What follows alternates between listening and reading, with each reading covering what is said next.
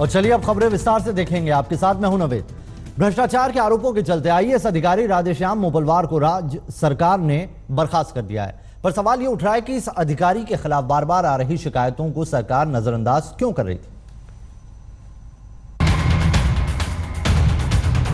वरिष्ठ सरकारी अधिकारी राधेश्याम मोपलवार की कथित पैसे के लेन देन की बातचीत की ऑडियो क्लिप वायरल क्या हुई। महाराष्ट्र विधानसभा में विपक्ष ने हंगामा मचा दिया। सरकार पहले से ही गृह निर्माण मंत्री प्रकाश मेहता के बिल्डर को फायदा पहुंचाने के आरोप से घिरी हुई है।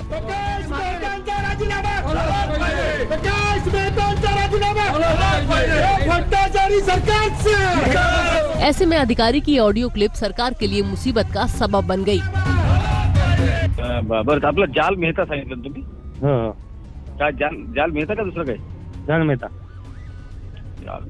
एनिवे, त्याला हे सांगा, त्याला पण 15,000 स्क्वेअर फूटचा प्लॉट लक्षात ठेवा. काय झालं? त्याला 15,000 स्क्वेअर फूटचा प्लॉट देतो. कुठे? अरे तो बोलवलेलं. हा, त्याला मंत्रालयात काही द्यावे लागतील त्याने आपल्याकडे त्याला कोट करा 1 कोटी रुपये. अच्छा. त्याला तिथे या आपण दिलेल्या जमिनीमुळे त्याला 1000 स्क्वेअर फूटचे 50 फ्लॅट विकायला मिळतील. ओके. हा ओके. हा, त्याला तरी इथे 1 दिले, मंत्रालयात 1-2 दिले तर त्याला ती जमीन मिळून झाली. म्हणजे टोटल 4 करोड रुपये त्याचा खर्च आहे आता. टोटल मंत्रालय पकडून 4 करोड रुपयाचा खर्च आहे आता ना. तिकडे 2 इकडे 1 असं काय असेल ते असेल. चालेल मी पहिला कोट करतो. आपल्याकडे 1च्या खाली घेणार नाही तर फाडून टाकलं तर काय करायचं. हो ना. नाही सांगतो कुठल्याच नियमात बसत नाही ते. नियम बाई आहे म्हणून आपल्याला एवढं करावं लागेल. अरे 1500 मीटर ते त्याला तर स्लम असल्यामध्ये 2.5 FSI मिळेल तर काय. तुम्हाला सांगतो एकूण त्याला 50,000 स्क्वेअर फूटचे फ्लॅट सेल करायला मिळतील. 10,000 रुपये स्क्वेअर फीट जरी म्हटलं तरी 50 कोटी रुपयाचे फ्लॅट होतील. त्यातला 30 कोटी खर्च गेला म्हटलं तरी 40 कोटी गेला तरी 10 कोटी त्याचा फायदा आहे. खर्चामध्ये आपल्याला सगळे दिलेले पैसे त्याच्यामध्ये इन्क्लूड आहेत. बरोबर. ओके चालेल, मी बोलून घेतो त्यांच्यावर. आणि सर मग ते मी वाढवून सांगायचं की आहे ते सांगू? सांगा तुम्ही. म्हणजे असं आपल्या याच्यामध्ये करू ना, एकाच्या वाढवून सांगू की कसं करू? तुम्ही सांगा काय करतो बघू ना. चालेल, मी पहिला शब्द सांगतो की असं आहे, या पद्धतीचा खर्च आहे, असणार असेल तर बोल, मग पुढे बोलूया असं बोलतो. मी त्याला म्हणतो 1-1.5 पर्यंतचा खर्च आहे, काय म्हणणं आहे असं सांग. मग काय कुठल्या बजेटमध्ये बसतो बघूया ना.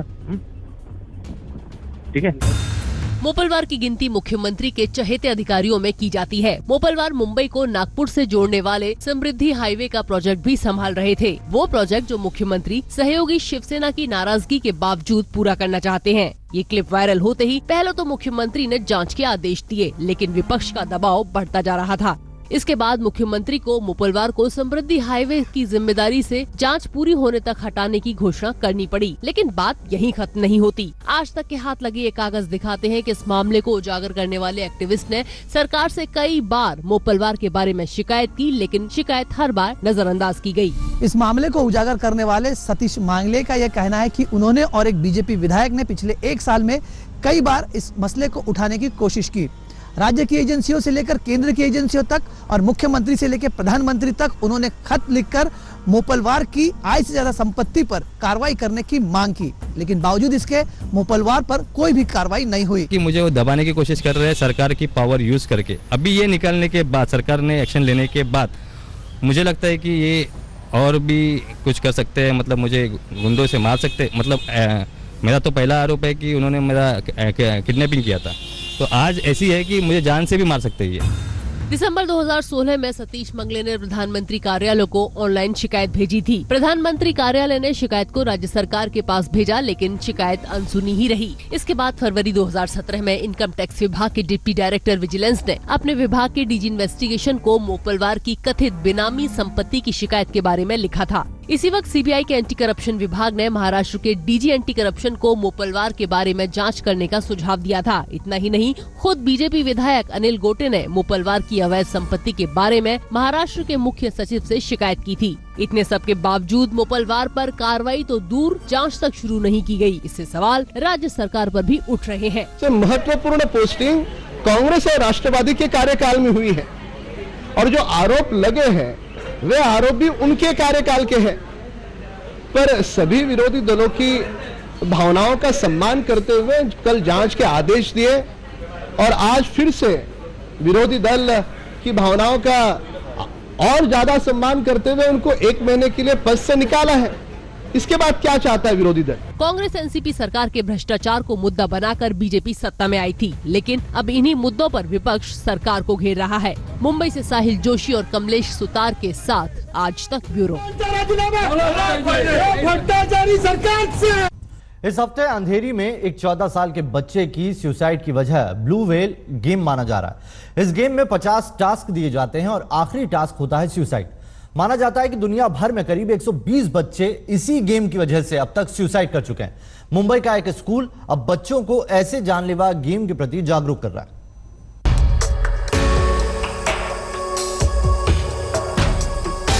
इंटरनेट पर ब्लू व्हेल जैसे गेम ने बच्चों के माता पिता के साथ टीचर्स को भी चिंता में डाल दिया है। ऐसे में कुछ स्कूलों ने खुद बच्चों को इस तरह के खतरों से जागरूक करने का बीड़ा उठाया है। मुंबई के वडाला के बंदिशर अग्रवाल स्कूल ने बाकायदा ब्लू व्हेल गेम चैलेंज को लेकर कुछ सवाल तैयार किए हैं, जिन्हें बच्चों में बांटकर उन्हें ऐसे गेम के खिलाफ जागरूक किया जा रहा है। जो सीधे सीधे बच्चे का ब्रेन वॉश करें, उसके दिमाग पे ऐसा असर डालें कि वो खुद को भूल के एक्ट कर जाए, ये बहुत ही खतरनाक है। और ऐसा पेपर में पढ़ने के बाद मन में लगा कि मैंने शिक्षक होने के नाते मेरा फर्ज बनता है कि टीनएजर्स को कहीं न कहीं इसके गुण दोष बताएं और कोशिश करें कि वो इसमें नहीं लगे। बंदिशर स्कूल को छात्रों से बात करने पर लगता है कि ऐसी चीजों से बच्चों को दूर रखने की सबसे ज्यादा जिम्मेदारी माँ बाप की है, क्योंकि अगर कोई बच्चा गेम बीच में छोड़ना भी चाहता है तो क्यूरेटर बच्चे को परिवार के नाम पर ही सबसे ज्यादा डराते हैं। थोड़ा सा हमको उसका ग्लिम्स दिखाई गई, उसमें ये रहा था कि अगर बीच में आप गेम छोड़ना चाह रहे हो तो वहाँ से आ जाता था कि अगर आप बीच में छोड़ोगे तो आपके पिताजी का एक्सीडेंट हो जाएगा, आपकी दूसरी टाइम ट्राई किया तो आपकी माँ मर जाएगी। तो इस डर से बच्चे के मन में ये निश्चित है कि अपने परिवार को संभालने के लिए उसका ब्रेन उस कदर ब्रेन वॉश हो चुका होता है कि वो उसको फॉलो करता रहता है, वो छोड़ के हटता नहीं। ब्लू व्हेल चैलेंज इस गेम के खिलाफ पेरेंट्स और स्कूल चिल्ड्रंस पे जागरूकता पैदा की जा रही है और जहाँ जहाँ से ये गेम इंस्टॉल किया जा सकता है उन सोर्सेस पर रोक लगाने का काम शुरू है। कैमरा पर्सन रोहित के साथ मुस्तफा शेख, मुंबई आज तक।